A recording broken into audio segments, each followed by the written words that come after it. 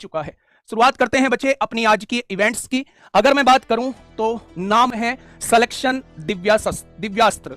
Selection Divyastra नाम है मेरे भाई। और क्या हो सकता है? क्या कोई बैच है, क्या कोई बुक है, या कोई ऐसा मूल मंत्र है जो हमारे सिलेक्शन में इंपोर्टेंट रोल प्ले करेगा? तो मेरे भाई थोड़ा सा नजर बनाए रखिएगा। अगर मैं थोड़ा सा आगे बात करूं तो ये जो चीज है सिलेक्शन दिव्यास्त्र, ये किस किस एग्जाम के लिए हम लोगों का रोल प्ले करने वाला है?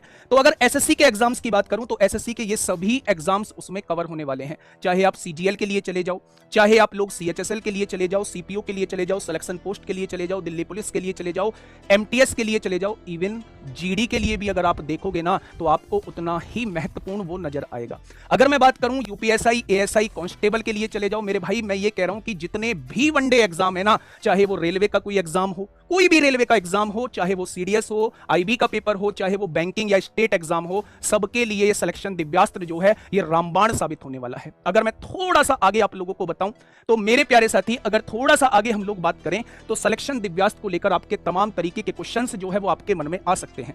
उन क्वेश्चंस के बारे में मैं आपको बताऊंगा, उन क्वेश्चंस की चीजें क्लियर करूंगा, उन क्वेश्चंस का डाउट क्लियर करूंगा, फिर आप उसके बाद समझ जाएंगे कि आखिर ये सिलेक्शन दिव्यास्त्र है क्या मेरे भाई। सबसे पहला क्वेश्चन बच्चों के मन में ये आता है कि अलग अलग एग्जाम के लिए कई किताबें खरीदना। बच्चे, अगर आज बच्चा मतलब एसएससी के एग्जाम्स की तरफ जा रहा है तो वो अलग अलग प्लेटफॉर्म की अलग अलग बुक्स खरीद रहा है। अगर वो रेलवे की तरफ जा रहा है तो वो रेलवे की बुक खरीद रहा है। अगर वो किसी स्टेट एग्जाम की तरफ जा रहा है तो वो स्टेट एग्जाम के लिए बुक खरीद रहा है। मतलब जब तक सिलेक्शन नहीं हो जाता है ना, वो बुक्स ही खरीदता रह जाता है। तो ये एक बहुत बड़ा बच्चे के जीवन में कष्ट है कि भाई साहब अलग अलग एग्जाम के लिए हमें अलग अलग बुक खरीदना पड़ता है। दूसरा है कि भाई कठिन सवालों का सॉल्यूशन ना समझ आना। बहुत सारी बुकें आप लोगों ने देखी होंगी, बुक्स देखी होंगी, उनमें जो सॉल्यूशंस होते हैं, बहुत मुश्किल जो सवाल है उसका सॉल्यूशन या तो इतना पेचीदा मिलेगा कि हम लोगों के वो समझ में नहीं आएगा, या कुछ ऐसा मिलेगा कि भाई साहब हमारी समझ से बाहर हो जाएगा।